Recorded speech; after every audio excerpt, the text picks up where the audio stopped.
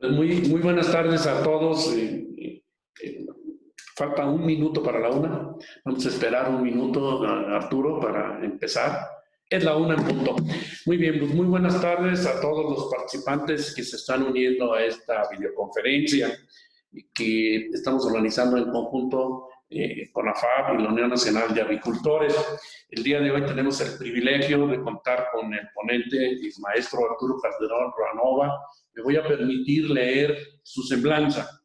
Es ingeniero agrónomo zootecnista por el Instituto Tecnológico y de Estudios Superiores de Monterrey, maestro en economía rural, está en francés, lo voy a leer en español, por la Universidad Católica de Louvain, Bélgica.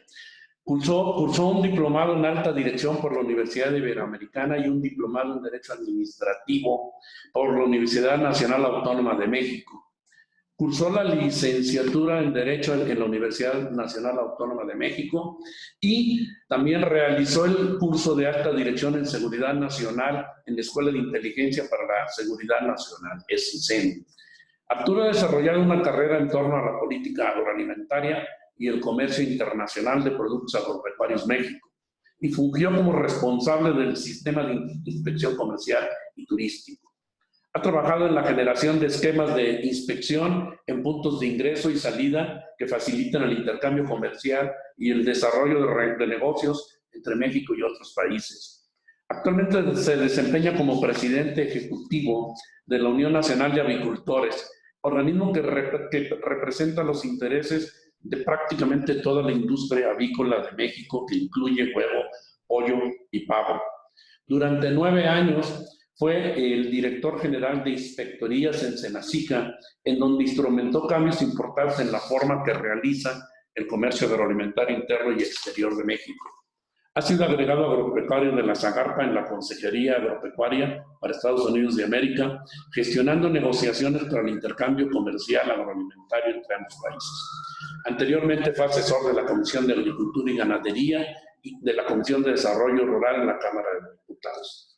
Asimismo, fungió como director general del Fondo para la Promoción de la Carne Mexicana, Fomecarne, y fungió como el primer director del Consejo Mexicano de la Carne, Fomecarne, otro organismo amigo y con el que siempre estamos teniendo excelentes colaboraciones en CONAFAB, promoviendo acciones para obtener mejores niveles de productividad, competitividad y desarrollo de capacidad de negocios, generando más y mejores empleos permanentes y equilibrando la balanza comercial, promoviendo las exportaciones de productos nacionales. Antes fungió como agregado agropecuario en la Consejería Agropecuaria de México en Europa, formando parte de la delegación mexicana negociadora del sector agropecuario para el Tratado de Libre Comercio entre México y la Unión Europea, Telequem. Inició su carrera en el sector público como subdirector de estudios y proyectos en la Dirección General de Asuntos Internacionales del entonces Zagarpa. En el ámbito académico, se desempeña como profesor de la Cátedra de Política Agroalimentaria y Normatividad en el Instituto Tecnológico y de Estudios Superiores de Monterrey, Campus Querétaro. Ha emprendido su carrera empresarial en el sector de la logística agroalimentaria. Arturo, no nos queda más que darte la bienvenida. A los asistentes, vamos a tener preguntas y respuestas vía chat, vía Q&A, Miguel. Y al final yo me voy a permitir leérselas a Arturo para que él vaya respondiéndolas. Así que quedamos a tus órdenes, Arturo, el foro es tuyo. Y gracias por haber aceptado la invitación. Tenemos más de 220 personas confirmadas, entonces pues la verdad estamos muy satisfechos, es una buena audiencia. Adelante, Arturo. Pues Genaro, muchas gracias a CONAFAB, de parte de la Unión Nacional de Avicultores, de Juan Manuel Gutiérrez, nuestro presidente. Están todos enterados que tendríamos esta reunión con ustedes, incluso lo publicamos en nuestra tribuna, así es de que no descarto que algunos avicultores de pollo, huevo y pavo nos estén acompañando. Espero que no me vayan a regañar si es que me equivoco, porque a pesar de que, como leíste, Genaro, tengo algunas cuantas actividades, soy polifacético, dicen por ahí. Mi papá me decía que nunca seré demasiado bueno y siempre habrá alguien mejor que yo, así es de que por eso, a pesar de mis 48 años, sigo estudiando. a ver si algún día me pongo a trabajar. Yo preparé una presentación para ustedes, amigos y amigas. espero sea lo suficientemente atractiva, que sea de su interés, que sea diferente, lo más importante, que nada más reitere lo que la Unión Nacional de Avicultores ha hecho siempre, que es tener unas muy buenas estadísticas, y la verdad lo digo con mucho orgullo, porque la Unión Nacional de Avicultores, incluso cuando fui funcionario público, reconocíamos que tenía una base de estadística bastante positiva, que incluso en algunas ocasiones tomamos en consideración para la toma de decisiones por parte en las distintas oficinas en las que me tocó colaborar en la Secretaría de Agricultura. El objeto de esta presentación, como lo ven en el título, pues tiene que ver cómo estamos el día de hoy y los tiempos por venir. Yo quisiera comenzar dándoles un poquito de historia de la Unión Nacional de Avicultores, aunque se cueste un poquito de trabajo entenderlo. La Unión Nacional de Avicultores no es una asociación civil, es una organización ganadera que tiene 60 años desde que se creó, aunque se constituyó formalmente en 1962. Es una organización que empezó su movimiento de asamblea hace 60 años y ya se ha ido consolidando paulatinamente en apoyo y beneficio de los avicultores de pollo y huevo de México. En esta lámina tienen ustedes información de cómo es el autogobierno de la Unión Nacional de Avicultores. Obviamente el órgano máximo es la asamblea, el órgano máximo donde tomamos las decisiones, donde se autorizan el ingreso y la salida de las asociaciones. Por ser esta una organización ganadera, creo que vale la pena comentar o resaltar de que nosotros no representamos empresas, sino representamos asociaciones de productores que están distribuidas a todo lo largo del país y a 3 secciones especializadas que tienen que ver con la producción de pavo, una que tiene que ver con la de progenitoras y reproductoras, que es un eslabón muy, muy importante y de altísimo valor en la avicultura, y una sección de aves de combate, que son lo que nosotros conocemos como los gallos de pelea. Y en la parte inferior de la lámina les señalo ahí las 5 vicepresidencias que están encabezadas, por supuesto, por gente muy reconocida en el medio avícola, que ayudan a la toma de decisiones a Juan Manuel, nuestro presidente del Consejo de la Unión Nacional de Avicultores. Ahora, un dato importante tiene que ver también con la economía o la macroeconomía avícola. Y de aquí yo solamente quiero resaltarles el hecho de que, como lo pueden ver en la avicultura, es decir, a la extrema derecha con la línea inferior del sector pecuario, lo que representa la avicultura, es decir, huevo, pollo y pavo, en la aportación al Producto Interno Bruto pecuario. Llegamos a prácticamente el 37% del PIB pecuario y el 15% del PIB agropecuario. Es decir, es un sector que tiene una preponderancia económica muy importante, no nada más desde la óptica de la producción, aunque a nuestro presidente ahorita no le esté gustando lo del PIB, pues la agricultura tiene un PIB y una aportación al PIB muy importante. Pero ahora sí que, haciendo eco a las demandas de nuestro presidente, también generamos mucho bienestar, y lo vamos a ver un poquito más adelante en el curso de la presentación. Otros datos que yo creo que es importante que ustedes capten en su mente una vez más es que la avicultura aporta 6.3 millones de toneladas de alimentos, que la industria avícola, y lo ven ahí, apenas se aprecia, que lo puse en negritas, crecería alrededor del 3% en el 2020. Y pongo crecería porque, y lo vamos a ver más adelante, es todavía inconmensurable el efecto que tendrá la pandemia y la falta de certidumbre jurídica y económica en el país en las expectativas de crecimiento que tenemos para este año, pero no deja de ser importante el hecho de que aportamos en términos de proteína, tenemos un consumo per cápita de pollo de 33 kilos y 23.3 kilogramos en huevo.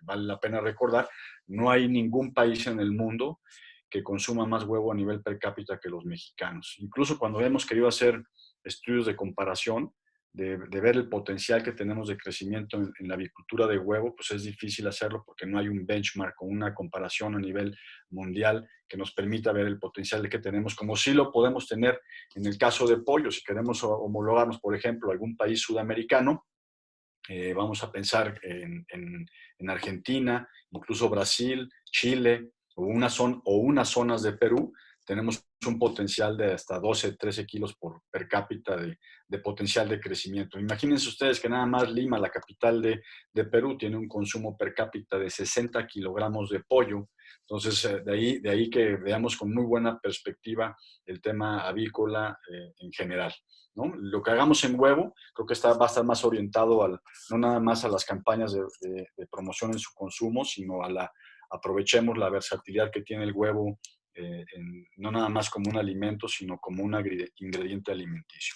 En la parte de empleos, la avicultura genera 1.3 millones de empleos directos e indirectos, de los cuales más o menos 280,000 son empleos directos y el resto son empleos que están de manera vertical, de manera horizontal. Y lo que sí es muy importante resaltar es que la avicultura genera riqueza a nivel regional, porque como ustedes saben, y hoy más que nunca, la avicultura privilegia las inversiones en zonas remotas, principalmente zonas muy y altamente marginadas por motivos de bioseguridad. Y algo en lo cual yo no les puedo educar, porque eso es a lo que se dedican la mayoría de ustedes, pues es la importancia que tiene la avicultura en la industria de alimentos balanceados. Somos quienes absorben la mitad de la producción de alimentos balanceados, y de ese tamaño es el potencial que se tiene en caso de que crezcamos al producto per cápita al consumo per cápita que les estaba yo señalando un poquito antes. Miren, por ejemplo, si quisiéramos sustituir lo que se está importando hoy de carne, pollo en condiciones desleales, y lo que se estaba importando durante el año pasado de carne de pollo de Brasil, estaríamos hablando que nuestra capacidad de absorber alimentos balanceados ascendería a 1.3 millones de toneladas adicionales a las que ya estamos consumiendo. ¿Ok?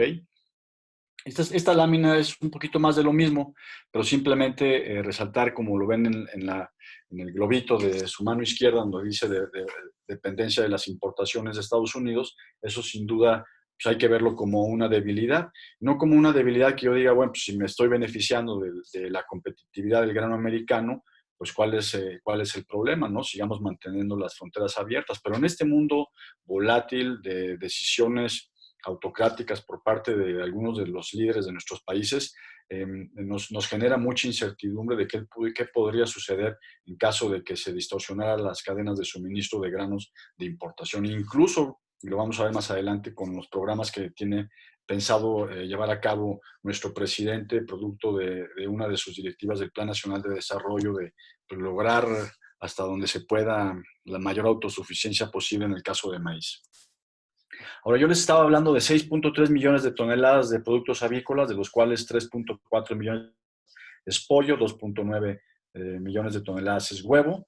La verdad es que en la parte de pavo todavía la producción nacional dentro del consumo nacional aparente pues, es relativamente pequeña.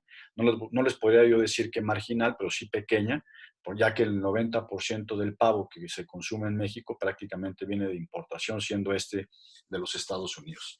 Y así como les estaba hablando de una debilidad que vemos en el suministro de granos y de oleaginosas, tendría yo que ver que en el globito superior de a mano derecha, sobre el asunto de la tasa de crecimiento, pues esto es una fortaleza que tenemos. La avicultura mexicana ha venido creciendo incluso por arriba del crecimiento poblacional y de la misma media del Producto Interno Bruto. Entonces, yo esperaría que a pesar de todas los retos que tenemos hacia el futuro, pues la avicultura siga siendo un instrumento de crecimiento y de bienestar en las familias mexicanas. Ahora me regreso al tema de los alimentos balanceados. Estamos hablando de 16.2 millones de toneladas, pero aquí lo que tendríamos que decir es que todavía tenemos un potencial de consumo muchísimo mayor al que registramos actualmente. ¿Okay?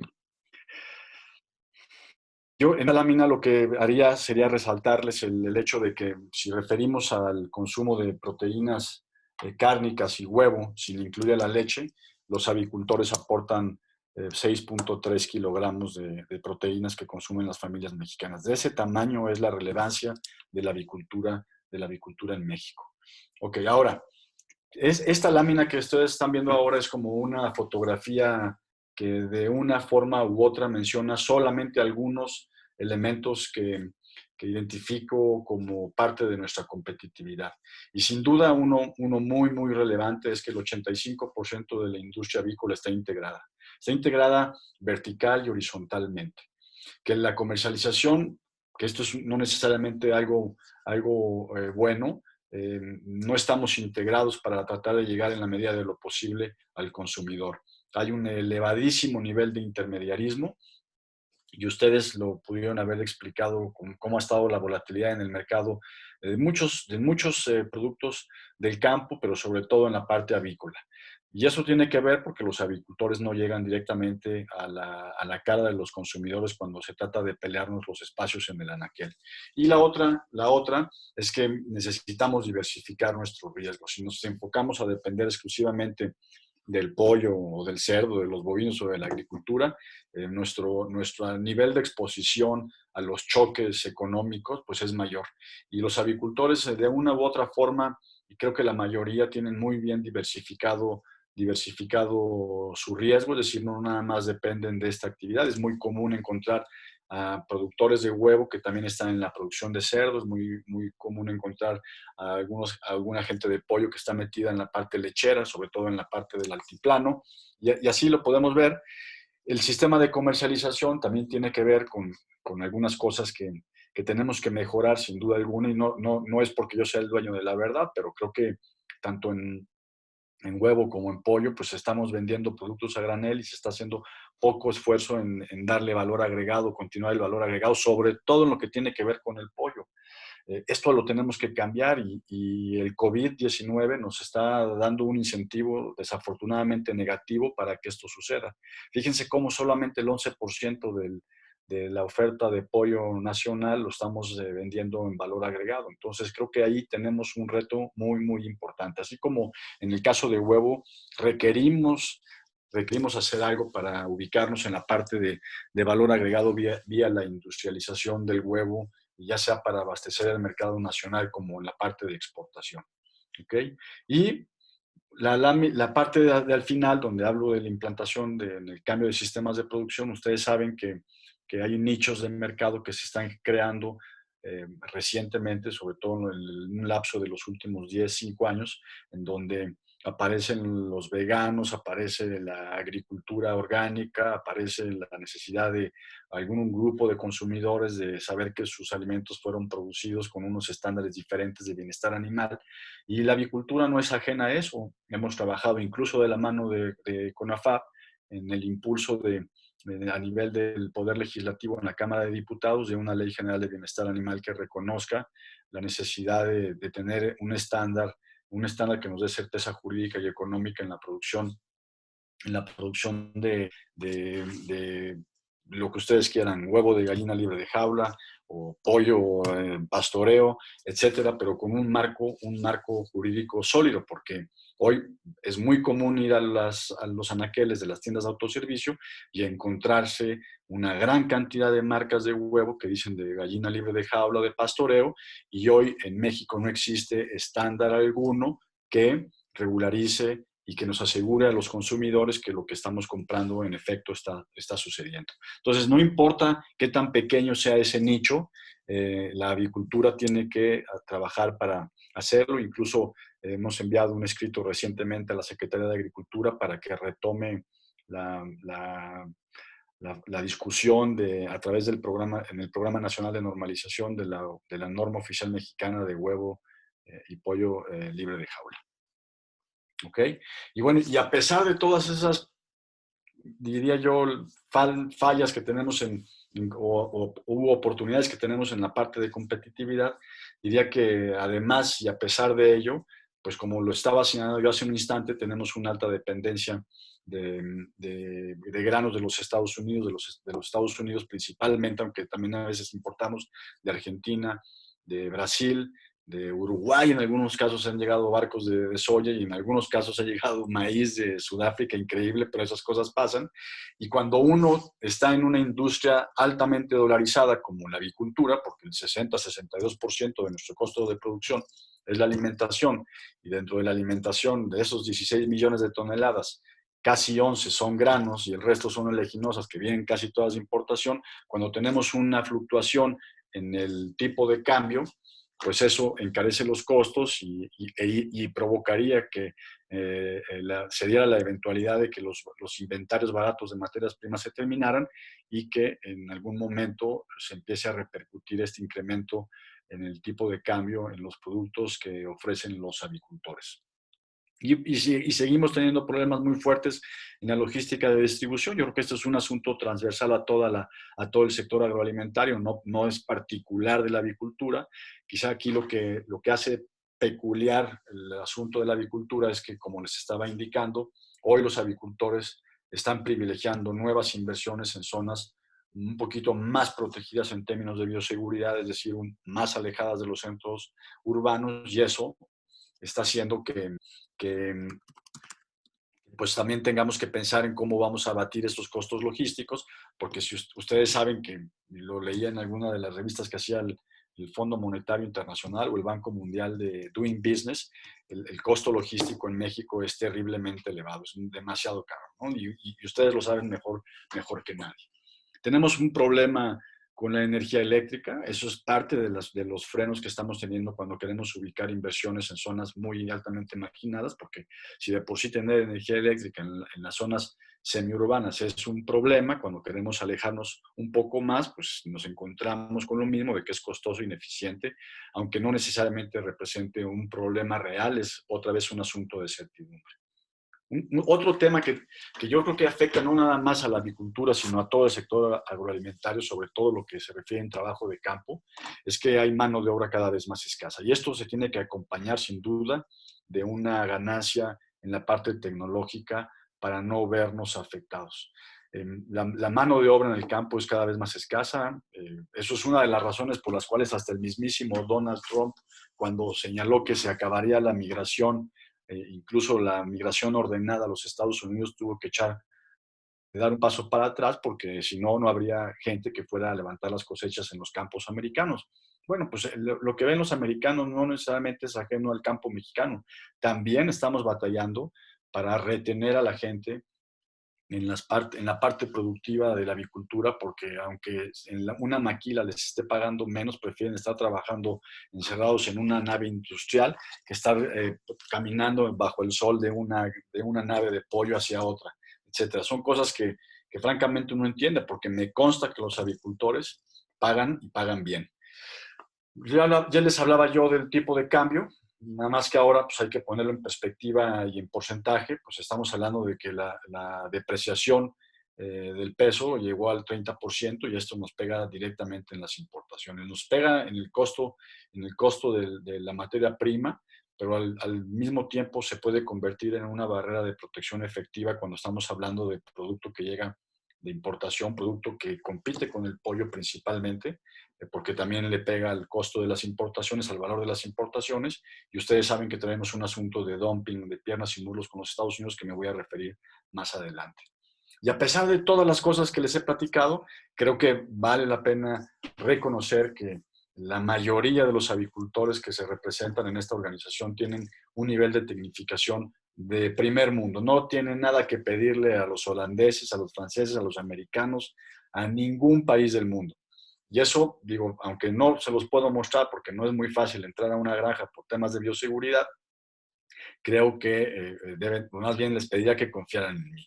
Y el último punto que yo tendría que comentarles sobre lo que estamos viendo, además de lo anterior, pues tiene que ver con la sanidad. Y en la sanidad debemos de reconocer que tenemos un reto los mismos avicultores. La falta de avances, principalmente explicados por nosotros mismos, por lo que hemos dejado de hacer, ha complicado la inserción de México en el comercio internacional. No somos capaces de exportar, y cuando exportamos, como le explicaba a Genaro hace unos minutos, hay una demanda de pollo, principalmente de las patitas de pollo en el mercado chino, y no lo podemos hacer porque no hay un protocolo sanitario, porque los chinos no reconocen a países libres y están apenas en un proceso de ver si reconocen estados libres, principalmente el noroeste y el estado de Yucatán.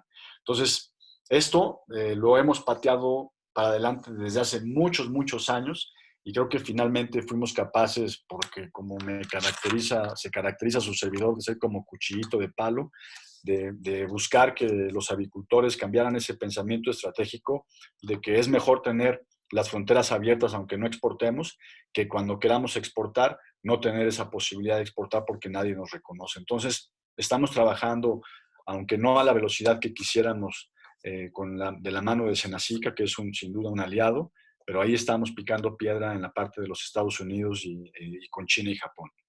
Y el segundo punto importante que tiene que ver con esto, es de la sanidad, pues tiene que ver con la complicación que tenemos cuando la Secretaría de Economía busca explicación de por qué abrirse a terceros países con los que no tenemos tratados de libre comercio. Es decir, el hecho de que esté por ahí circulando en algún lugar de México, aunque no genere brotes que den choques de oferta en pollo o huevo, el tema sanitario ha sido argumento suficiente para que la Secretaría de Economía tome decisiones como el no cobrar las cuotas compensatorias que ya demostramos en 2 ocasiones a las importaciones de piernas y muslos de pollo de Estados Unidos, o a la apertura de cupos irracionales de Brasil, a Brasil principalmente, que no le dejan nada a cambio a nuestro país. Ni siquiera, y me atrevo a decirlo, el asunto de que las importaciones favorecen a los precios al consumidor, porque quien alguno de ustedes opine diferente a mí, lo reto a que con las bases estadísticas del gobierno, de INEGI, etcétera,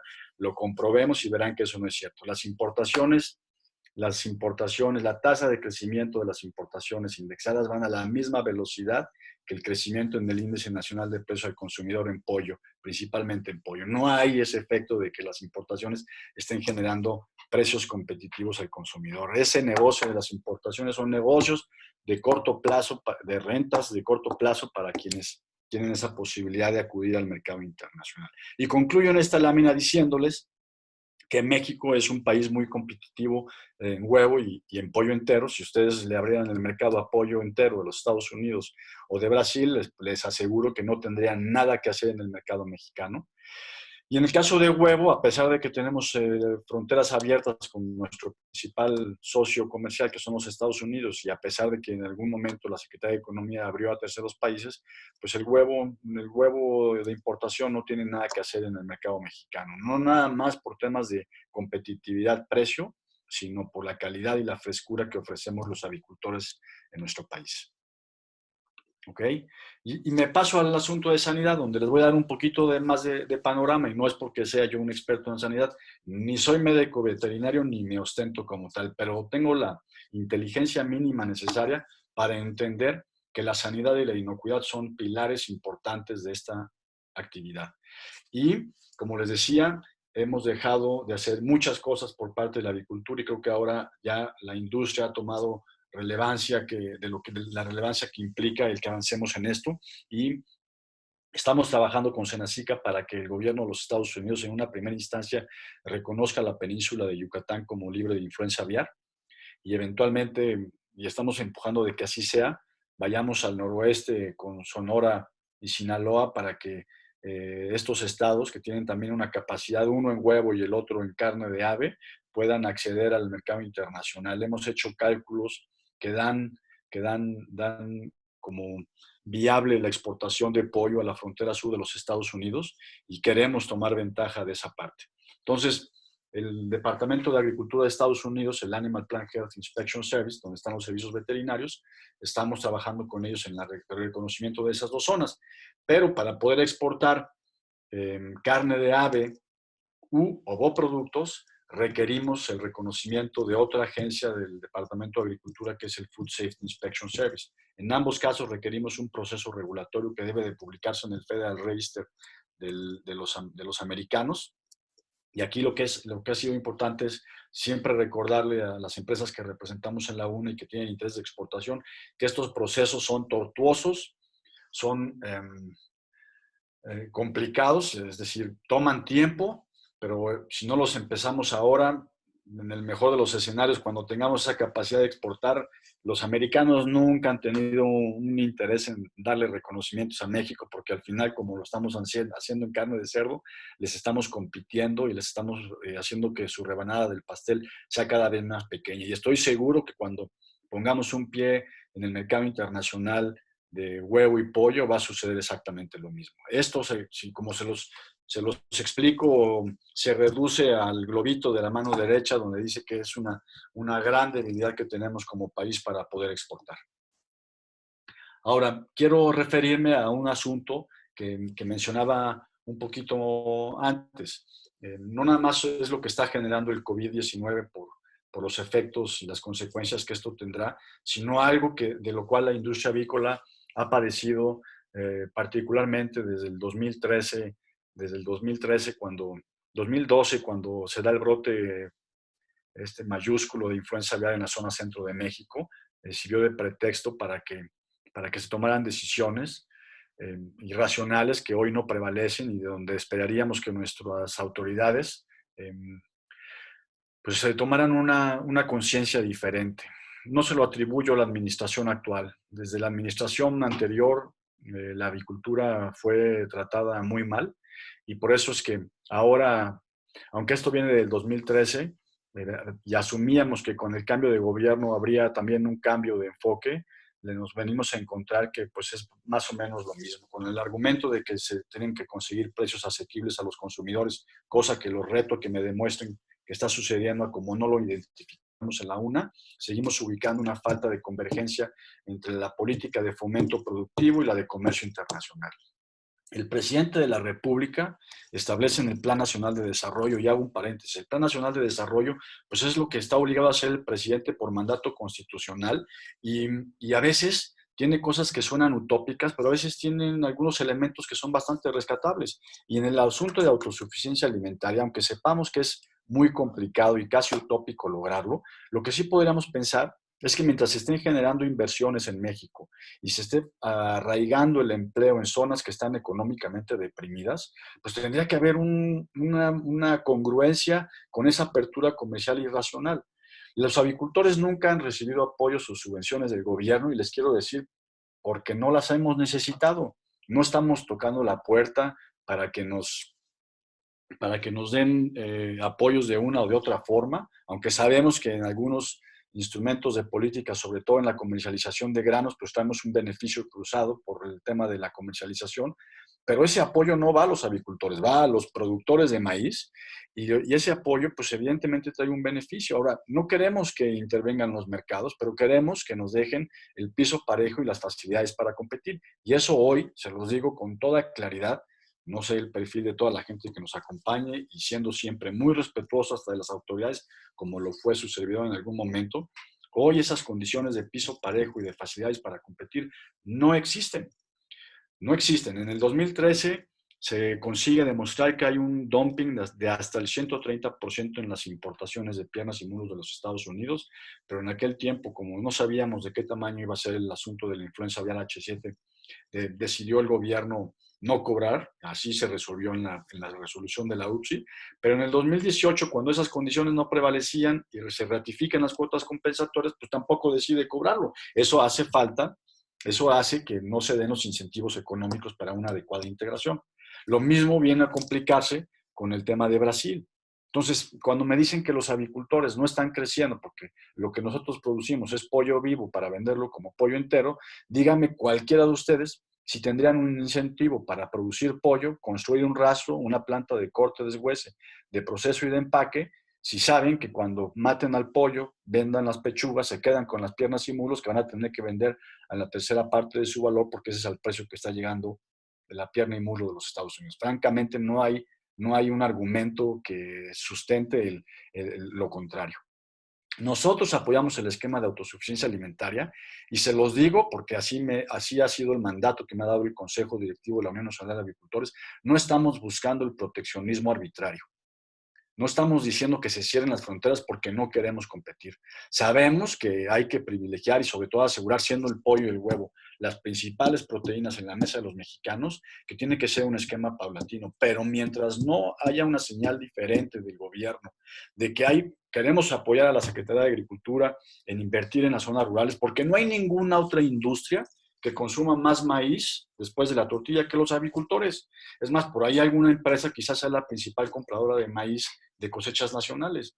Pero no podemos ayudar al gobierno si no tenemos certeza jurídica y económica en la otra parte. En el mejor de los casos, les puedo decir, se requieren hasta 8 años para poder amortizar las inversiones de agricultores. Y no sabemos qué van a hacer el próximo año. Pues la verdad es que tus programas de inversión y de crecimiento se mantienen como lo has venido arrastrando en la inercia en la inercia de los últimos años y no puedes pensar en doblar tus inversiones para hacer algo diferente porque no sabemos qué va a suceder. Miren, si quisiéramos, si hubiese una señal consistente de parte del gobierno en temas de comercio internacional, de que vamos a avanzar en el cobro de las cuotas compensatorias y no se le van a abrir cupos a terceros países con los que no tenemos tratados de libre comercio, la industria avícola podría invertir 1.293 millones de dólares para eventualmente sustituir esas importaciones. Pero no lo podemos hacer por lo que les estoy comentando.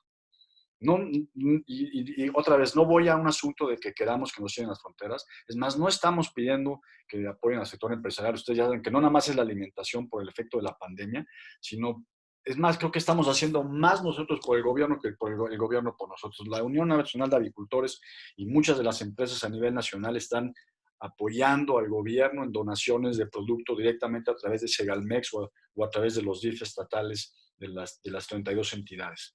Hemos ido a la Cámara de Diputados no a pedir presupuesto y ha sido increíble de cambios. Hay esencia, ¿no? El Poder Legislativo está para proponer no nada más el PEF y pelearse por los pesos y centavos, sino para modernizar el marco legal de nuestro país.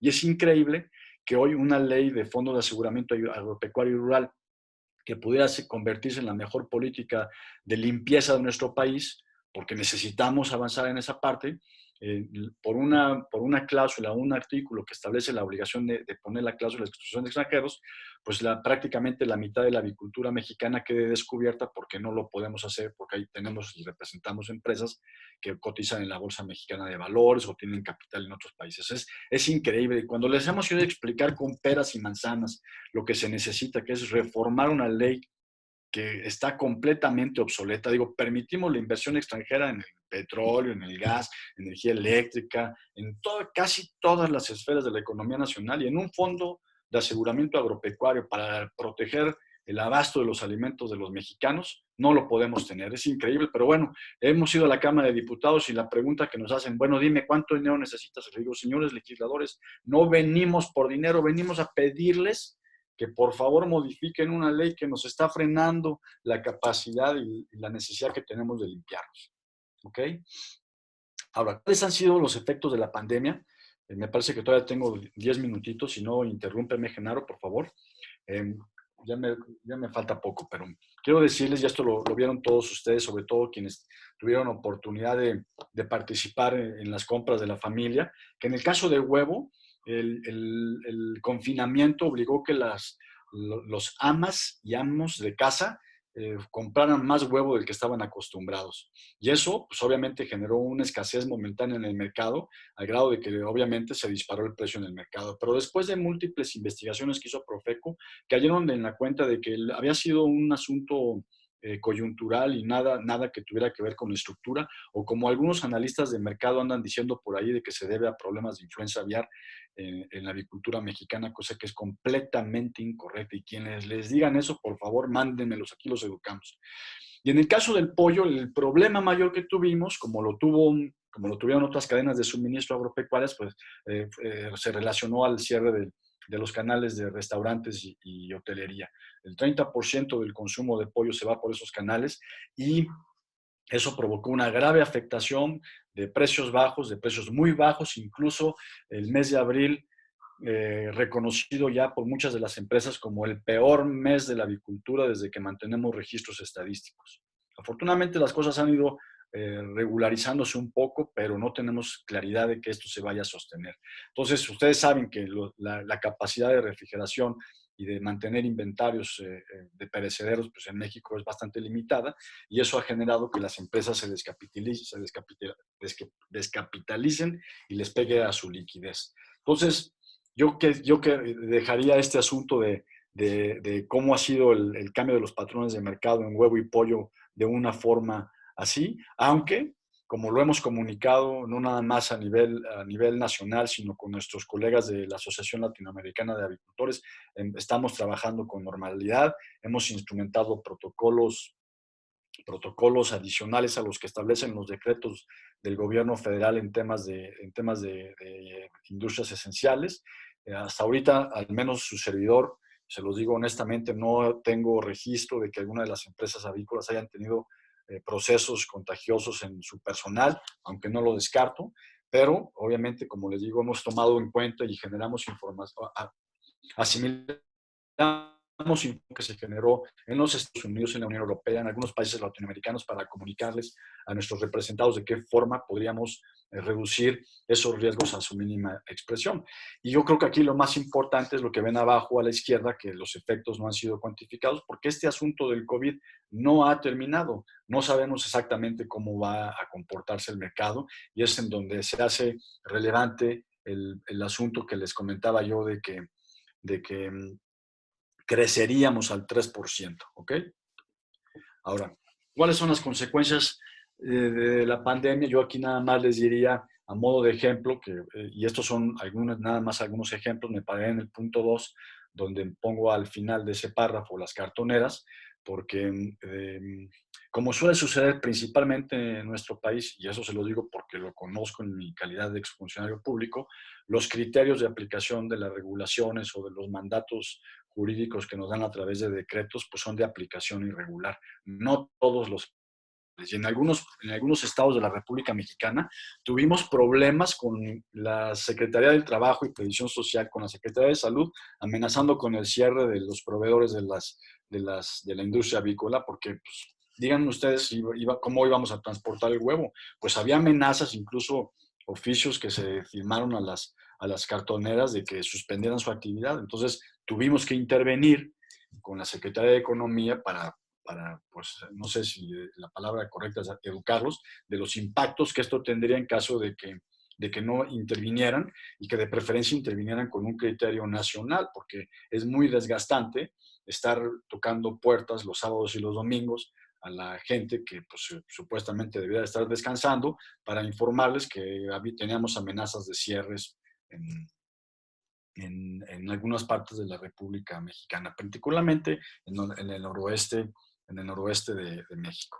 Ahora, el cuarto punto creo que es algo que todavía no tenemos la claridad de qué va a suceder. Yo creo que vamos a pensar en un escenario muy catastrófico, amigos y amigas.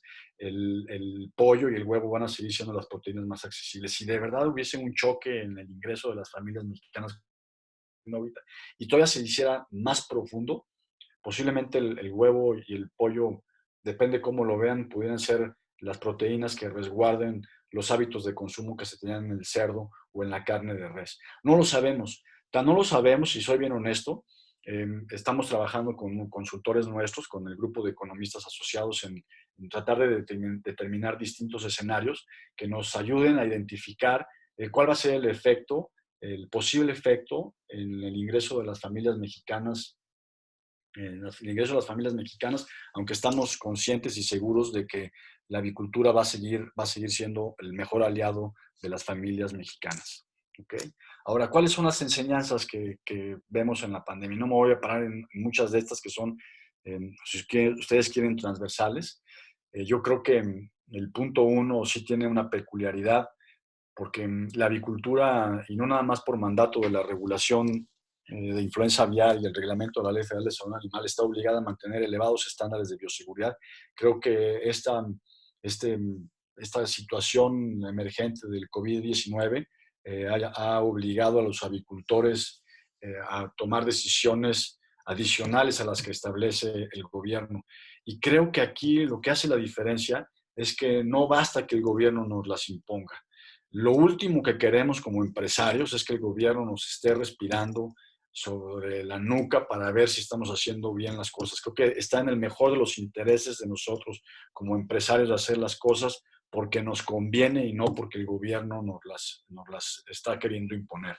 El otro tema tiene que ver con algo que no todas las empresas lo tienen, que son los planes de emergencia. Yo sé que a veces uno no puede saber tú cuándo va a haber un brote de una enfermedad que históricamente no hubiéramos sabido que existía, como el COVID-19, pero quizás sí podemos tener del paso 1 al 10 de qué sucederá ante un rebrote del COVID-19 o la aparición de otra enfermedad. Estas cosas, como se los digo a los alumnos que también doy la clase de dirección de agronegocios, y dentro de agronegocios siempre hemos hablado de los planes de negocios, y los planes de emergencia están en alguna de las pláticas que les doy del plan B, ¿no? El plan B siempre es importante tenerlo, aunque no para todo puedas tener la forma de reaccionar de manera rápida. Estar diversificado, ya les comentaba que muchas de las empresas avícolas que representamos en la U tienen otras fuentes de negocio, y yo creo que eso es algo que tiene que evaluarse. Yo creo que la gente que depende exclusivamente del mercado de huevo, exclusivamente del mercado de pollo, están sumamente expuestos a que ante una situación como la que estamos viviendo pueda afectarse. Ya vamos a terminar. Ahora, ¿cómo estamos viendo nosotros la situación en los meses que vienen? Es que así como tenemos una situación de emergencia sanitaria, la emergencia sanitaria simplemente vino a sumarse a una crisis que ya traíamos por esta falta de convergencia entre la Secretaría de Agricultura y la Secretaría de Economía. Ya se las expliqué ampliamente y creo que no habría nada más que señalar. El COVID-19 se vino a sumar a una crisis de falta de certeza jurídica y económica que teníamos desde el 2013 y que no cambió en el 2018. La avicultura tendrá que pensar como otros sectores de proteínas animales en mecanismos adicionales que garanticen o al menos incrementen los niveles de sanidad e higiene que le ofrezca certidumbre a los consumidores.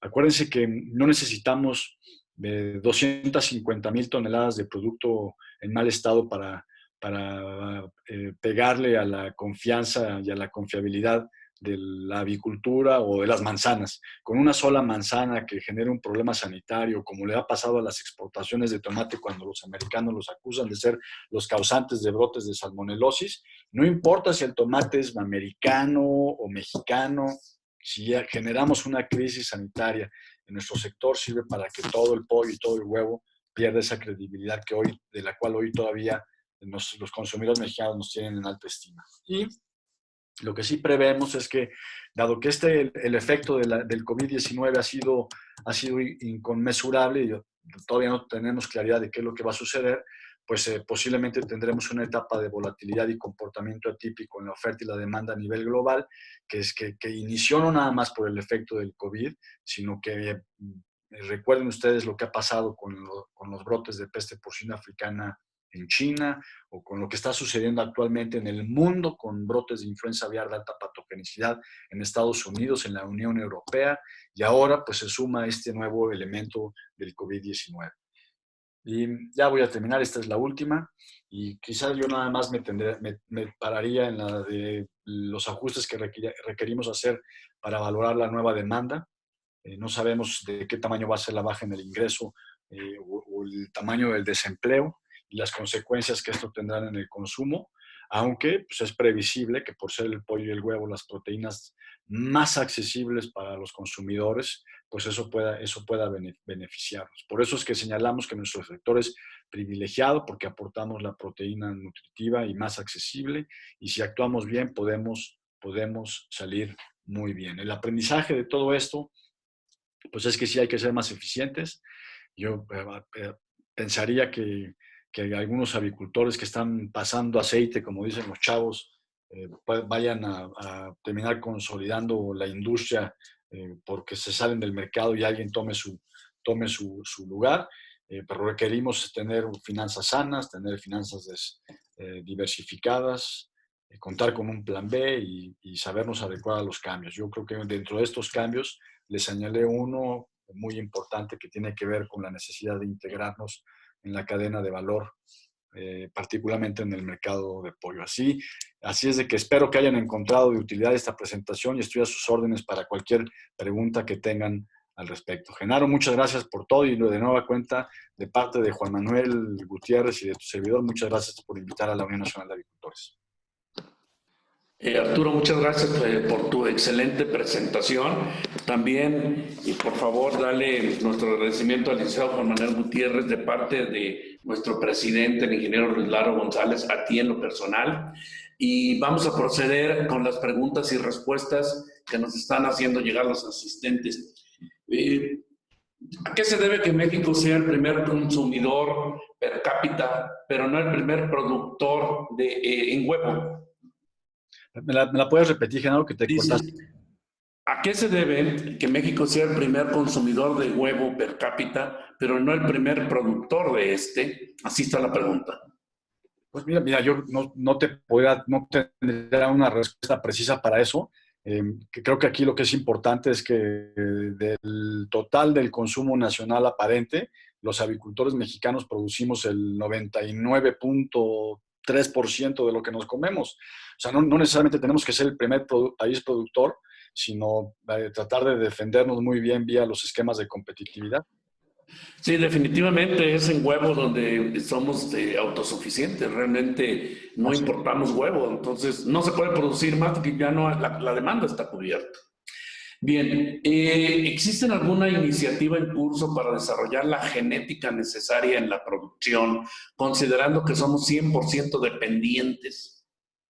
Mira, no que yo sepa, ahí las casas genéticas prácticamente están globalizadas y así como los mexicanos dependemos de estas, unas europeas, otras americanas, eh, pues yo no veo que las cosas vayan a cambiar.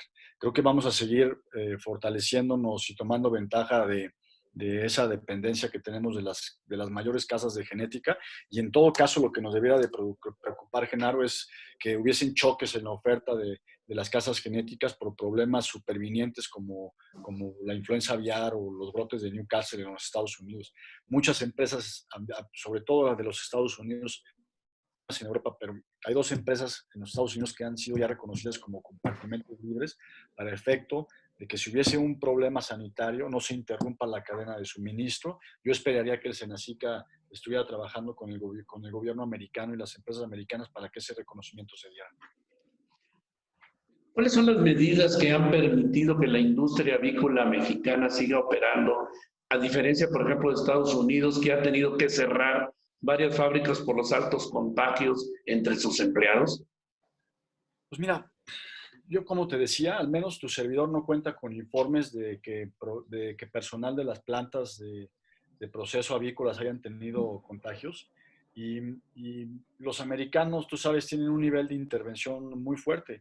Yo no sé si es porque están aplicando el principio de precaución o porque están aplicando el principio de enfoque de riesgos. Yo creo que aquí los mexicanos están trabajando muy bien bajo el enfoque de riesgos, es decir, cuando primero tienen un protocolo preventivo y de acción inmediata si es que se encuentra un problema de este tipo. Pero allá en los Estados Unidos, la verdad es que están desbordados. Yo no sé si sobreactuaron ante el hallazgo de personal enfermo. Bien. Aun cuando sabemos que el huevo y el pollo son las proteínas más accesibles, ¿tienes algún porcentaje estimado en la disminución de la demanda para el resto del 2020? ¿Qué prevés para el mismo tema en el 2021? Buena pregunta, Arturo. No, buena pregunta. Pues ya quisiera yo tener una bolita mágica para ver incluso si, dada esta crisis, nos van a subir el sueldo. Pero mira, una cosa sí dije, que el asunto del COVID es inconmensurable. Y no creo que nada más para la avicultura. Pero lo que sí creo que puede suceder es que aún habiendo un problema de crisis de ingreso, un choque vía la demanda, los avicultores vamos a seguir siendo la proteína privilegiada, porque no esperaría que de repente, súbitamente, el cerdo o la res fueran más barata que la proteína provista por el pollo o el huevo. Entonces, yo creo que mi pronóstico es reservado. Y no creo que vayamos a tener un crecimiento negativo, pero yo creo que ya no vamos a crecer al 3%. Ojalá me equivoque. Bien. En los últimos años, la producción de huevo en específico en Jalisco ha crecido anualmente a tasas superiores al 2%. Sin embargo, según datos del CIAP, en los primeros 4 meses del 2020, la producción de huevo en Jalisco creció a una tasa anual de solo 0.3% con respecto a enero-abril del 2019. ¿Qué puede explicar este lento crecimiento en el cuatrimestre? ¿La provisión de alimentos? ¿Aumento en costos? Mira, no voy a hablar mal de mis excompañeros, pero te puedo más bien hablar bien de las cosas que hace la Unión Nacional de Avicultores en la generación de estadística, Genaro. la base estadística de la Unión Nacional de Avicultores es muy buena y nuestra directora de estudios, Tony, tiene una capacidad para hacer números a mano que confío más en la estadística de la Unión Nacional de Avicultores, que tiene una forma muy especial de hacerlo. No tendría yo aquí el conocimiento ni el dominio para decirte cómo Tony integra sus pronósticos y sus cierres de periodo, pero le creo más a la estadística de la Unión Nacional de Avicultores que el SNAP, que sabemos cómo levanta la estadística. Generalmente la hacen en base a encuesta y nosotros tenemos metodologías en función a pollito, de postura que entran a crianza, en función a niveles de productividad, en función a si hay pelechas o no hay pelechas, etcétera. Eso no es un asunto tan fácil. Hemos platicado con el CIAP, incluso con la Subsecretaría de Autosuficiencia, o que todavía se llama Alimentación y Competitividad, y de la Secretaría de Economía con Industrias Ligeras, de la necesidad de sentarnos a homologar metodologías. ¿Cuál es el futuro, según tu visión, de la aparición de nuevos centros productores en México, sobre todo pequeños y microproductores? Mira, tengo dos comentarios al respecto. Qué buena pregunta. Una, que es muy bueno que se estén desarrollando nuevos polos de producción para desconcentrar o deslocalizar inversiones hacia zonas sanitariamente menos expuestas. Eso está muy bien. Ahora, el asunto de los pequeños, micro y pequeños productores, debemos de verlo con mucho cuidado, porque no tendríamos ningún problema si aseguramos que esas explotaciones pequeñas y micro están cumpliendo con todas las medidas mínimas de bioseguridad y de buenas prácticas que nos exige la regulación federal. Ahora, el asunto está que es ingenuo pensar que nuestra autoridad tiene la capacidad de llegar a todos y cada uno de los rincones productivos en los que hay un posible riesgo sanitario. Por eso es que tenemos que ser muy ordenados y convencer o tratar de ser muy estratégicos en cómo persuadimos esas posibles inversiones, por más pequeñas que sean, en que se aseguren que cumplen con la normatividad. Hay un estado que es ejemplar para efectos prácticos con el respeto que le tengo a todos los demás agricultores de los demás estados de la República Mexicana. Pero Veracruz hace un extraordinario ejercicio de no otorgar licencias de funcionamiento si no cumplen con el radio mínimo de 5 kilómetros. Eso es extraordinario. Hay otras regiones de México donde te encuentras núcleos avícolas que no tienen ni 500 metros de distancia entre unos y otros. Eso nos expone para que las enfermedades puedan eventualmente salirse de control. Y el otro punto, y con esto Genaro, tiene que ver con los planes que no tienen explicación más que capital político. Los paquetes familiares que reparten algunos gobernadores en los estados de la República Mexicana, eso nos preocupa y nos debe de preocupar muchísimo a todos, porque no sabemos a dónde están llegando esas aves, no sabemos si están manejando si tienen el mismo plan biológico de lo que tienen estados como por ejemplo en Jalisco, que lo están haciendo muy bien, aplicando vacunaciones en sábanas, y todos los avicultores saben de qué es lo que tienen que hacer en el momento en el que lo tienen que hacer. No tener el tema sanitario en el crecimiento que pudiera darse vía pequeños avicultores es algo que debe de detenernos, no es que nos opongamos, pero que debemos de tener y revisar con mucho cuidado. ¿Cuál es la situación actual del cupo de importación de pollo? Me imagino que es de Brasil la pregunta, que es donde tenemos cupo, ¿no? Mira, la situación es muy bonita. Te voy a decir por qué. Te voy a decir por qué. Porque cuando los avicultores me sometieron a un proceso de entrevistas para preguntarme qué haría yo diferente, porque se estaba dando esta falta de convergencia entre una dependencia y la otra, pues les dije que tendríamos que quizá romper ese bajo perfil con el que históricamente la Unión Nacional de Avicultores había manejado, que la verdad es que hay que reconocerlo, la Unión Nacional de Avicultores, a muchos de ustedes les constará, no es una organización que ande vociferando, gritando y peleándose con todo el mundo. Pero si después de hacer las cosas con respeto, con argumentos económicos, con argumentos científicos, de que las decisiones que están siendo fundamentadas por las autoridades son incorrectas, pues entonces sí tenemos que levantar la voz. Y eso es justamente lo que hicimos. Y respondo a tu pregunta. Hoy, desde hace unos 7 meses, es el primer momento después del 2013 en el que no hay cupo vigente para terceros países, de los cuales el principal país beneficiario es Brasil. Y esperemos que se sostenga. Si tú me dijeras, es que yo lo entiendo, la suma cero, o el balance de una negociación internacional, porque estuve en negociaciones internacionales, es que México se dio en pollo de Brasil para que los brasileños nos dieran acceso en industrias pesadas, autopartes o autos terminados, pero ni siquiera eso. Acuérdense que Brasil nos cerró la frontera a las exportaciones de autopartes e industrias pesadas, y de Brasil no obtenemos absolutamente ningún beneficio ni vía el precio de los productos que justamente deben de llegar en términos mucho más competitivos que los mexicanos. No hay una razón económica sustentada para que se le vuelva a abrir el cupo a terceros países entre estos Brasil. No hay. Entonces, no hay cupo vigente, no hay cupo abierto. Fueron 355,000 toneladas. La verdad, y hay que reconocerlo, Genaro, eso sí hay que reconocerlo, el subsecretario Ernesto Acevedo y su equipo han sido más receptivos de lo que no habían sido en la administración anterior.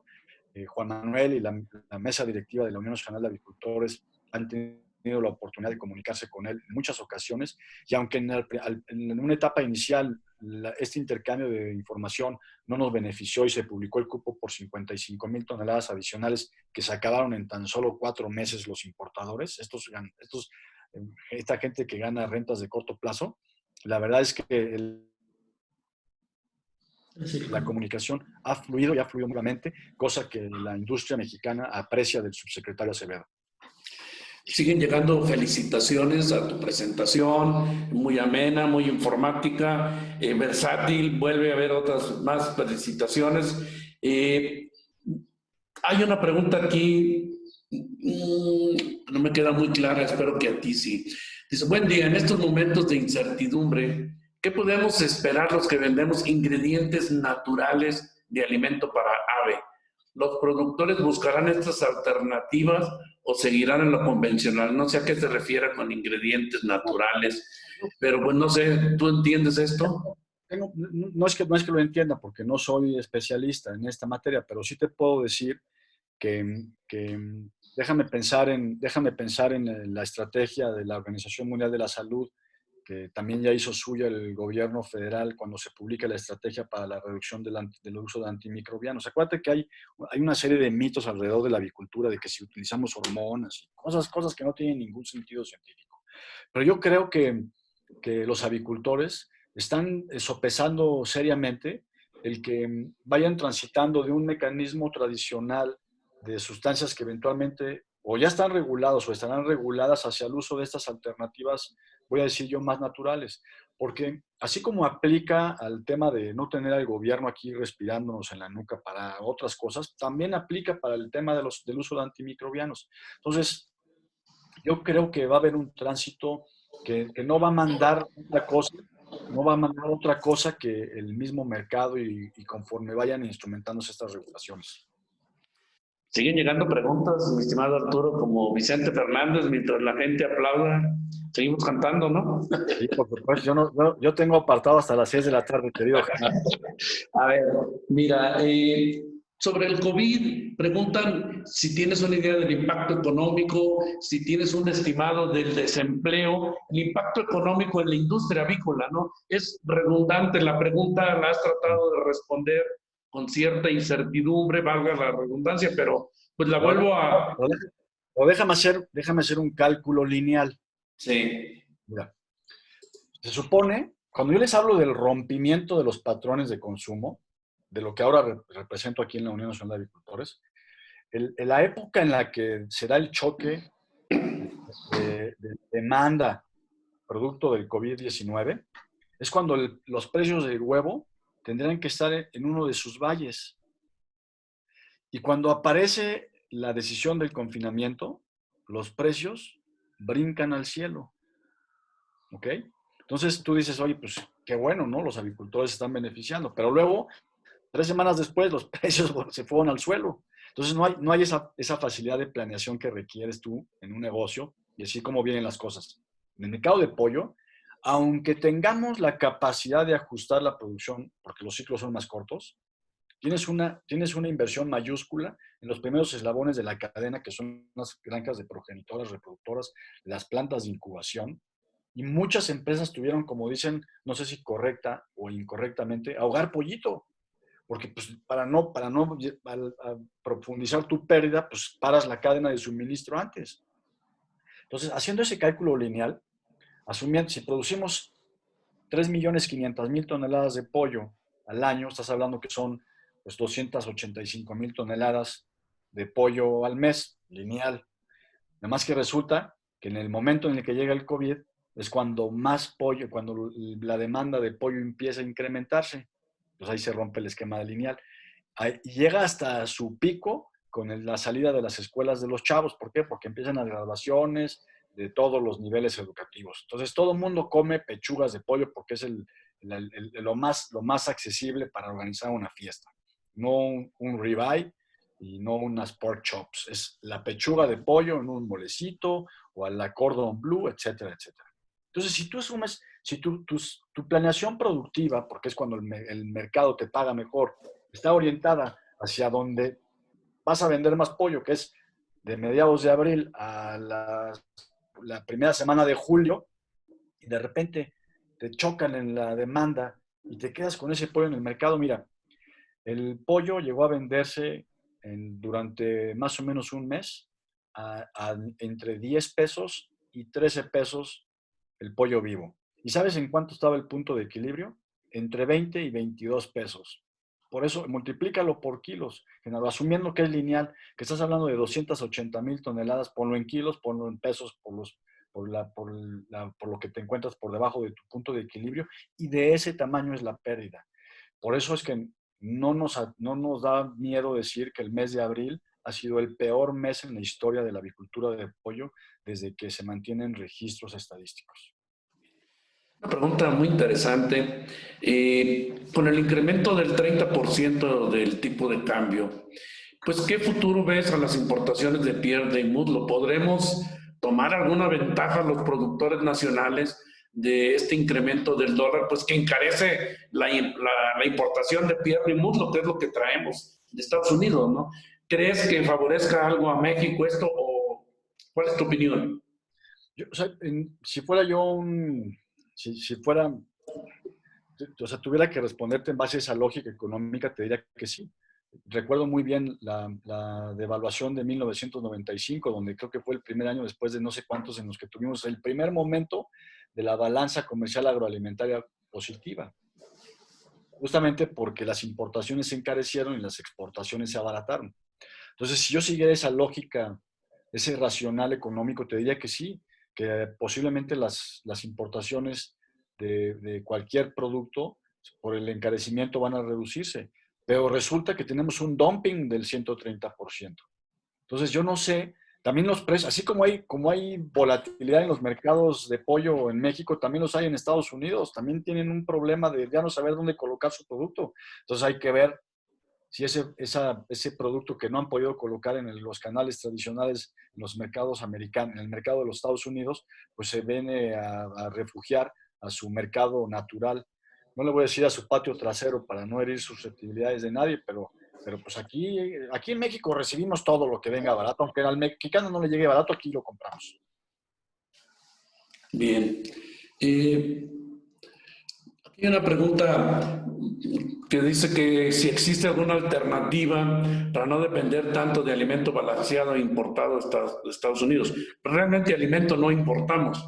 Lo que importamos son materias primas, Arturo, maíz, soya, pero el producto terminado México es autosuficiente en alimento balanceado. Producimos prácticamente todo el alimento que el país necesita en todas las especies, pero somos deficitarios en materia prima, en maíz y sobre todo pastas de soya y algunos otros. Me permití contestarlas de disculpar, pero era de alimentos balanceados. Que si va a estar, vamos a compartir la presentación, claro que sí. Claro, ya la tienen ustedes, Genaro, pero a mí me Sí. gustaría también que nos explicaras, ahorita que estaba respondiendo esa pregunta, o sea, está bien, pues somos autosuficientes en alimentos balanceados, pero ¿qué perspectiva vemos con este programa de incrementar la oferta nacional de maíz, principalmente maíz en México? Yo creo que eso también es positivo, siempre y cuando nos lo pongan a precios de diferencia, ¿no? Mira, creo que con el nuevo programa de precios de garantía de Segalmex, que están abriendo un poquito el mercado a proteger no solo al pequeño productor, sino al mediano productor. Hoy por hoy, el precio de garantía de 4,150 pesos del maíz para el productor de hasta 50 hectáreas y 600 toneladas está calmando un poquito los ánimos del sector.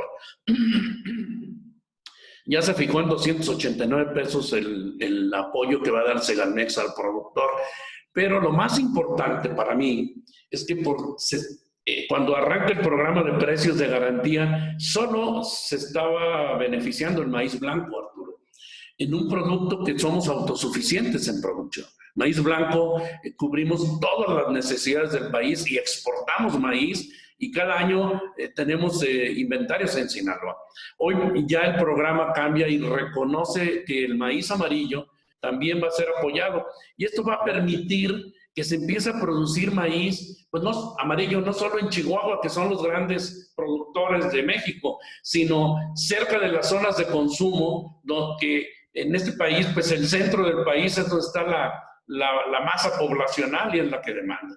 Entonces me parece que con los trabajos que se está haciendo en Segalmex y con el que acabamos de presentar también a través del CNA y con Pepe Cacho, el Maíz para México, que estamos también presentando, me parece que se van a generar polos de desarrollo para que el productor y el comprador podamos seguir intercambiando este comercio que surge con la agricultura por contrato. Entonces, yo tengo esperanzas que con este cambio y donde ya el maíz amarillo se incluye, podamos iniciar, pues no llegar a la autosuficiencia de inmediato, pero en el programa de Maíz para México hay todo un proceso que puede crecer 3, 4 o 5% anual la producción de maíz, Arturo. Qué bueno. Bien. Dice, una de las mayores debilidades se ha convertido en una de las fortalezas del país. El aislamiento de municipios los ha mantenido limpios y la falta de automatización y consolidación de empresas medianas ha permitido mantener el abasto en regiones específicas que mantienen hábitos de consumo de pollo fresco. No sé si te quedó clara la pregunta. Yo más que pregunta la siento como un comentario, ¿no? De acuerdo. ¿Podrías comentar más sobre la Ley de Fondos de Aseguramiento Agropecuario y Rural? Sí, por supuesto. Esta ley es la que establece las condiciones, la base por la cual la Secretaría de Hacienda puede autorizar fondos de aseguramiento que eventualmente pudieran tener, voy a ser redundante, fondos federales asignados desde el presupuesto de egresos de la Federación, que se vota en la Cámara de Diputados, o por fondos discrecionales a través de la Secretaría de Hacienda y en ocasiones por parte de la Secretaría de Agricultura. Pero resulta que esta ley, que es una ley un tanto obsoleta, obliga a que los fondos de aseguramiento, quienes conforman ese fondo de aseguramiento, tengan una cláusula de exclusión de extranjeros. Entonces, tú sabes, cuando tenemos empresas que cotizan en la Bolsa Mexicana de Valores o en otras bolsas, por ejemplo en Nueva York, pues no pueden tener esa cláusula de exclusión de extranjeros. Incluso hay empresas mexicanas, empresas que no tienen esa cláusula de exclusión de extranjeros simplemente por omisión. Pero hay algo que a mí me llama mucho atención en la lógica de que al final todas las empresas son empresas mexicanas. Están creadas bajo las leyes mexicanas.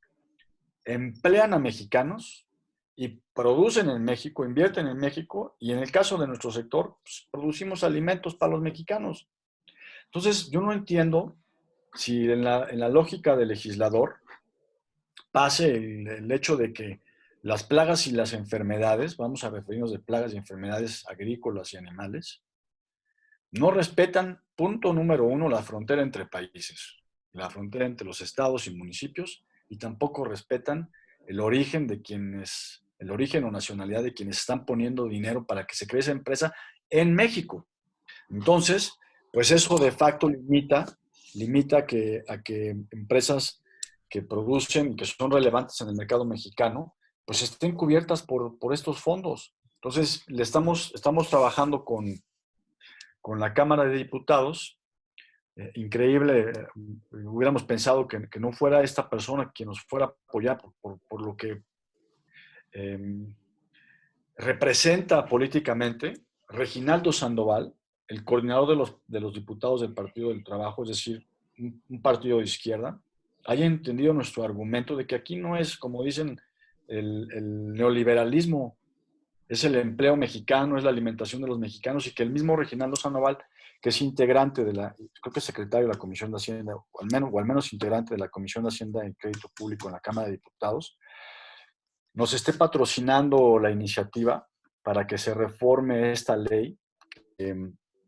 Como les estaba yo comentando hace un instante, pueda convertirse en un gran instrumento en el que de entrada no estamos pidiendo dinero. Cuando haya recursos disponibles, eventualmente pudiéramos aspirar a tener que ese subsidio pague una parte de la prima del seguro de las parvadas avícolas de nuestro país o de las granjas avícolas que están sobre todo en regiones. Hay un mito, dicen, es que porque el 50% de la avicultura de huevo está en Jalisco, las empresas de Jalisco, como tienen prevalencia de influenza aviar, no van a ser beneficiarias de ese fondo.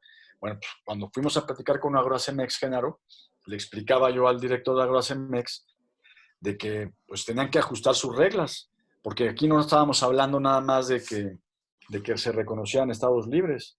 Si la regulación de influenza aviar está reconociendo compartimentos libres y el Senacica tiene publicados en su sitio web más de 350 compartimentos, pues esos compartimentos que están jugándosela, dejando de vacunar, manteniendo un estatus sanitario y de bioseguridad superior, pues entonces podemos pensar que en vez de limpiar el país de las zonas libres hacia abajo, pudiéramos empezar a limpiar de las zonas de escasa de prevalencia hacia afuera. Esos argumentos nos han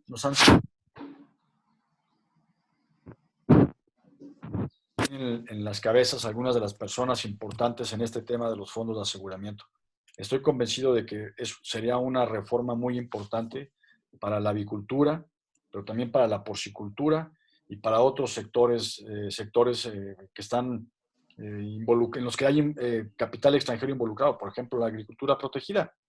O sea, le están llegando holandeses, españoles, americanos, canadienses a invertir en infraestructura de agricultura protegida y no tienen esa certeza de que teniendo una situación, hasta un huracán, pues vayan a estar cubiertos porque la ley es vieja, ¿no? Otra pregunta, dice, muy completa te felicitan, muy completa tu presentación. Dice, la avicultura crece año con año. El crecimiento se está dando con nuevas instalaciones en nuevas zonas o guardando la sana distancia entre granjas o se sigue trabajando en las mismas áreas muy densas de población avícola. Mira, yo estoy viendo dos cosas. Una es que pudiera haber una ganancia en productividad. Por ejemplo, este año sabemos que la zona centro, sobre todo la zona centro, está muy expuesta al tema de influenza. No han habido brotes, afortunadamente. El Senacica nos respalda en esa parte. Quien tenga dudas puede consultar los informes que se mandan a la Organización Mundial de Salud Animal. Y entonces esas empresas que están ubicadas en la zona centro, las que son relevantes actualmente, están produciendo más vía la ganancia en productividad. Pero también hay estados, como te mencionaba hace unos momentos, Genaro, Veracruz, mientras estamos teniendo crecimientos de 3%, en otras partes Veracruz está creciendo a 2 dígitos, 10, 12%, porque tiene una condición, pues diría yo, del entorno ecológico diferente, porque están comprometidos en asegurar que se respete la normativa en términos de radio mínimo entre un núcleo productivo y otro núcleo productivo, y además porque tiene un acceso muy competitivo a los granos vía el Golfo de México, ¿no?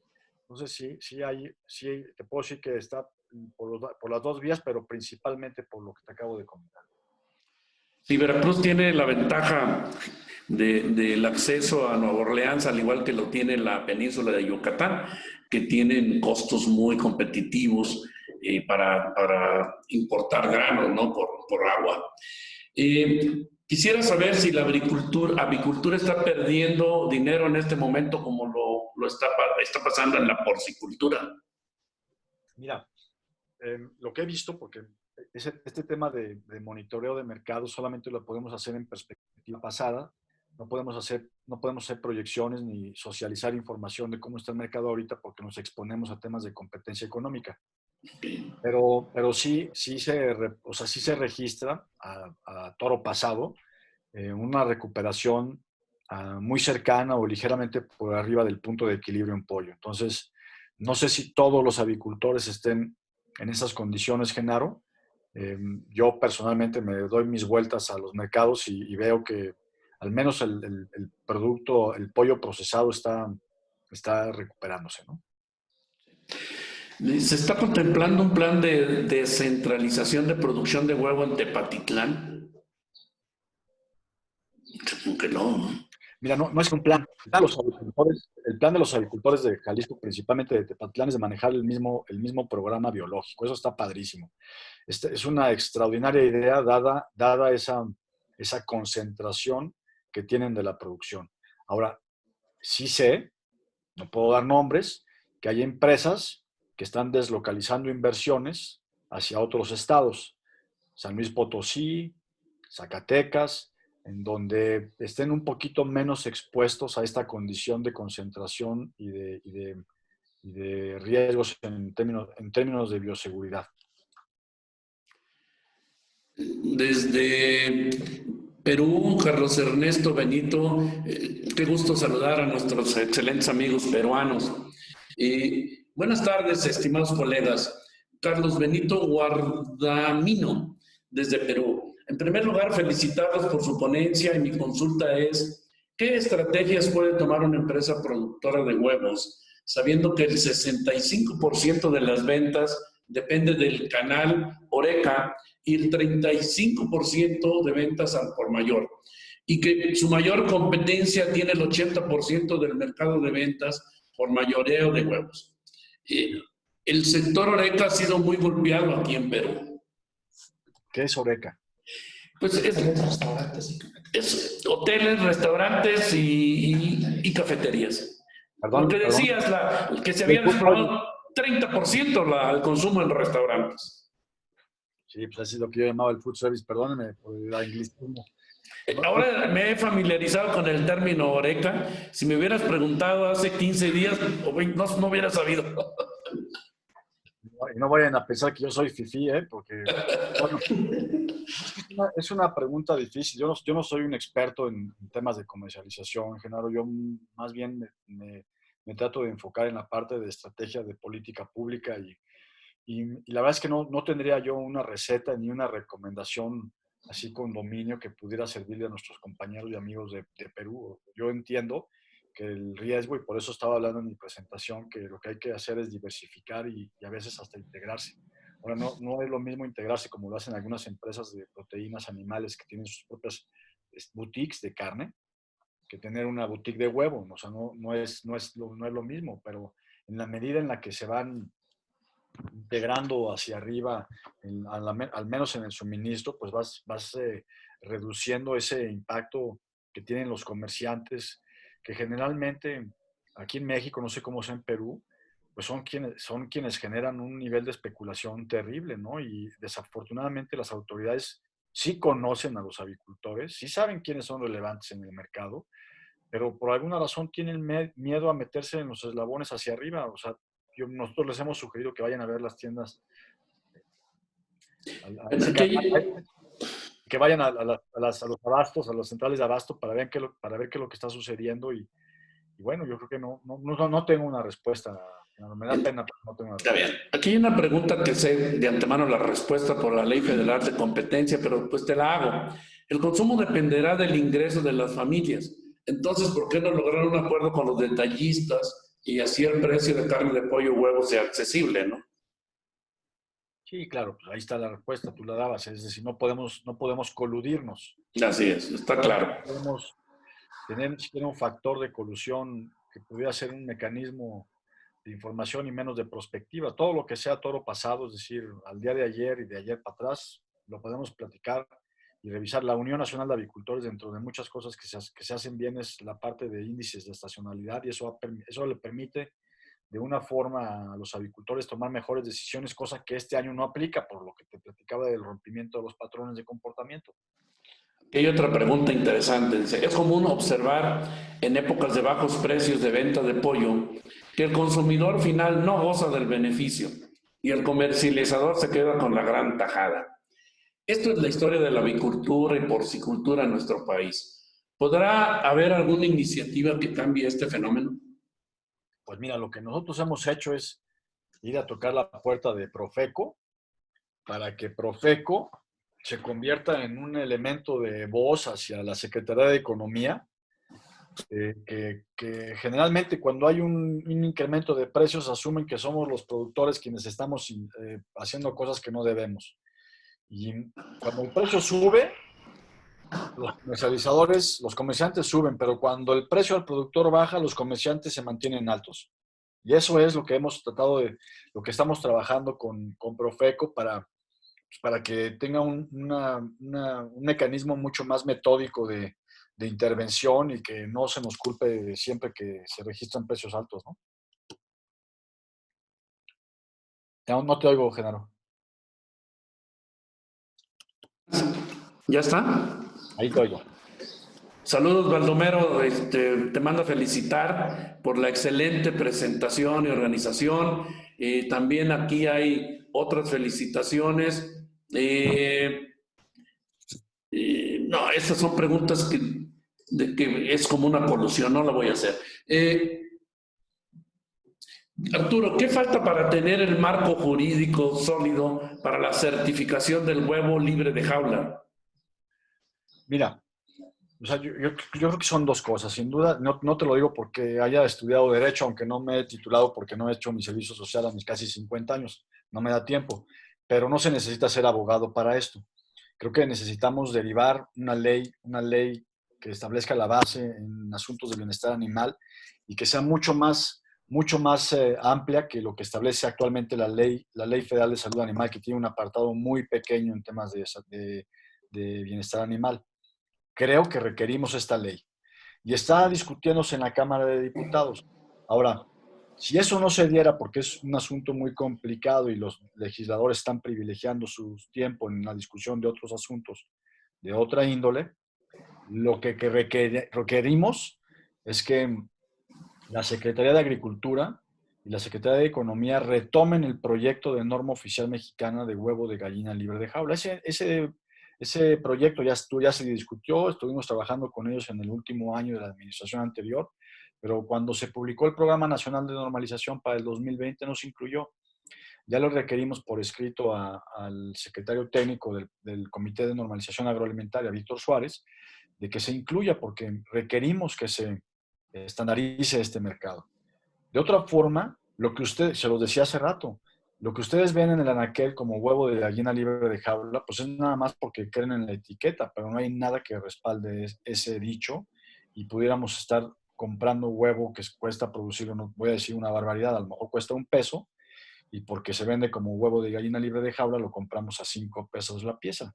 Entonces hasta una competencia desleal es para quien sí tiene sus gallinas fuera de la jaula. Entonces sí se necesita como información comercial, sí la requerimos, general. ¿Cuál es la situación actual con la importación de huevo fértil? ¿Seguirá creciendo? ¿Cuál es el plan a futuro?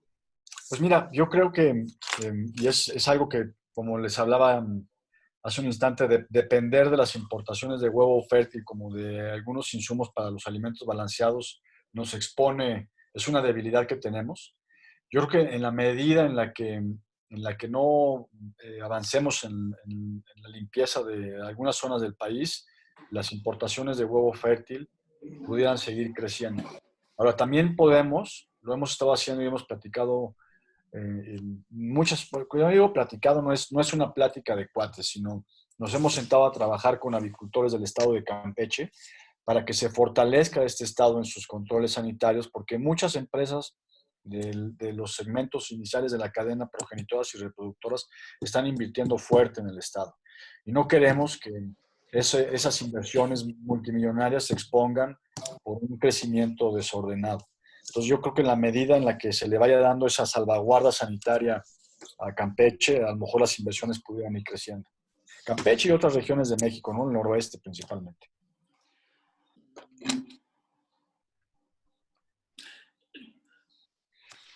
¿Hay algún proyecto para obtener sus productos a partir de huevo? Ah, no, es que quedó muy abajo, miren, ahí está. Y que pueda diversificar la venta del mismo. Mira, así como proyecto, ¿no? Creo que es una cuestión dogmática. O sea, si sabemos que es muy difícil vender más huevo en pieza, huevo de mesa, quizá la ganancia la pudiéramos tener transformando la mente del consumidor en obtener productos de huevo con valor agregado. Yo sé que hay algunas empresas que lo están haciendo. Eh, Hay otros frenos que han habido en esta evolución de valor agregado porque cuando separas la yema de la clara, yema bien vendida a las mayoneseras, pero luego ¿qué haces con la clara? Y no hay un mercado lo suficientemente amplio que absorba lo que se está generando de claras disponibles. Ni la gente que quiere comer mucha proteína porque quiere crecer su masa muscular. Entonces, no es que haya un plan. Yo creo que el mercado tiene que educarse, Genaro. Y acuérdense que para eso existen los licenciados en mercadotecnia, para transformar la mente del consumidor y generar necesidades. Un saludo a Lilia Marín. Pregunta, ¿por qué no tenemos plantas de rendimiento para que los subproductos de aves, que son parte importante del aporte de proteína para acuaculturas, cerdos y demás especies, con la calidad y disponibilidad y precios adecuados? Mira, no es que no haya, es que a lo mejor hacen falta más. Yo sé que los avicultores del centro, de Jalisco, han construido rastros para sacrificar las gallinas de término. Y eso está generando una materia prima que es de perfecto uso para quienes procesan jamones y embutidos. Entonces, sí hace falta que lo desarrollemos, pero aún así tenemos que pensar también en aspectos de competitividad, porque las pastas de ave que se están importando principalmente de Estados Unidos, pues vienen en términos muy competitivos. Entonces, yo creo que solitas las cosas se van a ir ordenando, se tienen que ir ordenando. Pero sí existe. Ok, bájale Miguel, por favor. Dice, ¿se tiene planeado invertir en tecnología de ovosexado? Éjole. Pues mira, hemos tenido acercamientos con empresas que nos han visitado de Israel y de Alemania, proyectos incluso que la Unión Nacional de Avicultores ha extendido algunas cartas a investigadores mexicanos que están estudiando en esos países, pero no te podría yo decir si las inversiones se van a dar y de qué tamaño van a ser. Es algo que la Unión Nacional de Avicultores no tiene en su agenda. Ya casi estamos por terminar. A ver, Miguel, hay algunas preguntas que son un poquito repetitivas de los impactos que ya hemos hablado. Otros que dice, ¿hay algún plan para integrar la comercialización y eliminar los intermediarios para llegar a los puntos finales del consumidor final? Pues me imagino que también tiene mucho que ver con la ley federal de competencia, ¿no? O sea, son temas de comercialización difíciles de controlar, me imagino, Arturo. Sí, o sea, bueno, no hay un plan a nivel de industria, porque acuérdate que si eso está, nosotros identificamos una incongruencia jurídica, ¿no? Porque si ustedes leen, quienes sean abogados y me escuchen o tengan intereses en las leyes mexicanas, verán que la ley de organizaciones ganaderas, si no me equivoco, en el artículo 3 o el artículo 5, establece dentro de su texto que una de las funciones de las organizaciones ganaderas es hablar sobre la oferta, ¿no? Regular la oferta. Pero eso se contrapone radicalmente con la Ley Federal de Competencia Económica, incluso hasta a nivel de la Constitución, si no me equivoco, el artículo 28. Entonces, tenemos que ser muy cuidadosos. Hay cooperativas que funcionan consolidando oferta de productores y no tienen esos problemas de colusión, quizá porque no son preponderantes en el mercado, pero no hay un plan estructurado de industria para eliminar los intermediarios. Que eso es una decisión que toman directamente las empresas. Muy bien. Aquí otro buen amigo, Juan Carlos Solís, que le mando un saludo. Dice, muy buena presentación, felicidades a ambos, presentador y moderador. O sea, también me manda felicitar a Juan Carlos. Gracias, mi estimado Juan Carlos. Adelante, Miguel. Y bueno, la última pregunta también, ¿qué pueden hacer los consumidores para mitigar el alza de precios en los productos avícolas, compras de mayoreo, congelar pollo? Pues no sé qué pueden hacer. No, mira, la verdad es que o sea, el pollo y el huevo son proteínas muy accesibles. Incluso cuando puedas tener tú los picos en algunos momentos del mercado, siempre va a estar más competitiva que otras proteínas. Yo no recomiendo que se hagan compras de pánico. O sea, eso lo que va a generar es una profundización en los temas de especulación y entonces los márgenes de intermediación pueden hacernos mucho daño. Ustedes saben que si van al mercado, o sea, sí en algún momento hubo falta de huevo en los anaqueles de las tiendas de autoservicio, porque esto lo provocó el hecho de que dejó de ser el desayunarte los huevos rancheros, a hacer galletitas y pastelitos, porque toda la familia está en la casa. Pero si ustedes van ahorita a la tienda de autoservicio, el huevo está en el anaquel. Lo mismo pasa con el huevo, yo con el pollo. O sea, yo que hago las compras en mi casa, no he tenido problemas de encontrar pollo y huevo pues, desde que esto comenzó, ¿no? Dos últimas preguntas, Arturo. Dice, ojalá nos pudiera compartir el estudio sobre el impacto económico sobre la población, producto del COVID y su impacto sobre la industria avícola. Pues creo que hemos hablado el tema, ¿no? Y si se refieren al documento que estamos trabajando con nuestros consultores del GEA, tendría yo que revisar los temas de derechos, ¿no? de nuestros consultores. Pero creo que al final la Unión Nacional de Avicultores, al hacer suyo el estudio, pues se publicará lo relevante del mismo. ¿Por qué? Pues es un documento nuestro, ¿no? Pues lo que nos puedas compartir y si nos autorizaras a la vez nosotros llevarlo a la membresía sería excelente. Eh, la última pregunta también creo que ya ha sido realizada, pero dice, ¿la producción avícola, pollo y huevo tendrá una contracción para los siguientes meses, junio a diciembre? Ya quisiera yo tener una bolita mágica. Sí. La verdad es que no sé. Y lo que no debemos de perder de vista, porque esto sucede también en el sector agroalimentario, es que tuvimos un brote de un virus que se generó en pandemia y que puede quedarse como epidemia y a lo mejor hasta convertirse en endemia y que este virus viva con nosotros por muchos años. Y hay que esperar brotes, o sea, rebrotes. Y esto le resta certeza al comportamiento de los mercados, ¿no? Por eso justamente que el gobierno está siendo muy cuidadoso en cómo comunica el que las actividades económicas se retomen paulatinamente para que los rebrotes sean lo más pequeños posibles. Entonces, la verdad es que no, yo quisiera no tener decrecimiento. Yo creo que no va a decrecer la industria avícola, pero creo que tampoco vamos a llegar a los niveles que estábamos esperando. La Unión Nacional de Avicultores siempre hace proyecciones macro, o sea, cerramos el año. O sea, por ejemplo, el año pasado debimos de haber cerrado igual con crecimientos del 3.2% en pollo y en huevo, 2.8% en huevo, y en pollo creo que vamos a quedar como en 2.60. Luego te comparto las cifras de cierre, ya las estuvimos revisando. Y estábamos esperando un crecimiento del 3% por esa oportunidad que nos dio economía, no ampliar los cupos, de demostrar que teníamos compromisos de inversión importantes y no crecer nada más al 3%. O sea, yo creo que la industria avícola en pollo tiene capacidad de crecer hasta el 7% si los astros se alinean en términos de políticas públicas. Y no sabemos todavía qué va a suceder, Genaro. Arturo, yo en lo personal te quiero hacer una pregunta, un comentario. Estamos en la industria pecuaria y de alimentos balanceados, pues comprometidos con el uso responsable de antimicrobianos, del uso de antibióticos. Sabemos que la resistencia antimicrobiana en el mundo ha crecido y mucho es por el abuso que los humanos hacemos en automedicarnos y a los antibióticos.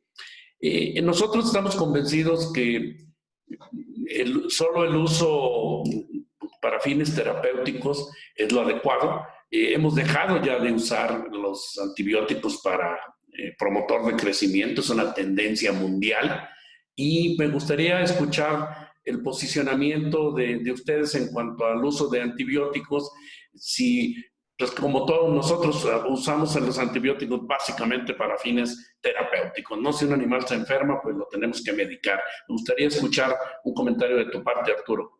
Pues creo que secundaría tu posicionamiento, Genaro. O sea, no podemos ir en contra de una preocupación que tienen los consumidores, que ha sido asimilada por una instancia internacional multilateral como la Organización Mundial de la Salud Animal, y que el gobierno federal de México hizo suya al publicar la estrategia contra el desuso o el cada vez menor uso de antimicrobianos. Yo creo que los avicultores están en sintonía con ustedes como sus proveedores de alimentos balanceados, y tendremos que ir trabajando primero para cumplir la normatividad y asegurar e informar a los consumidores de que esas cosas no las estamos usando, porque hay muchos mitos alrededor del huevo, del pollo y de otras proteínas animales.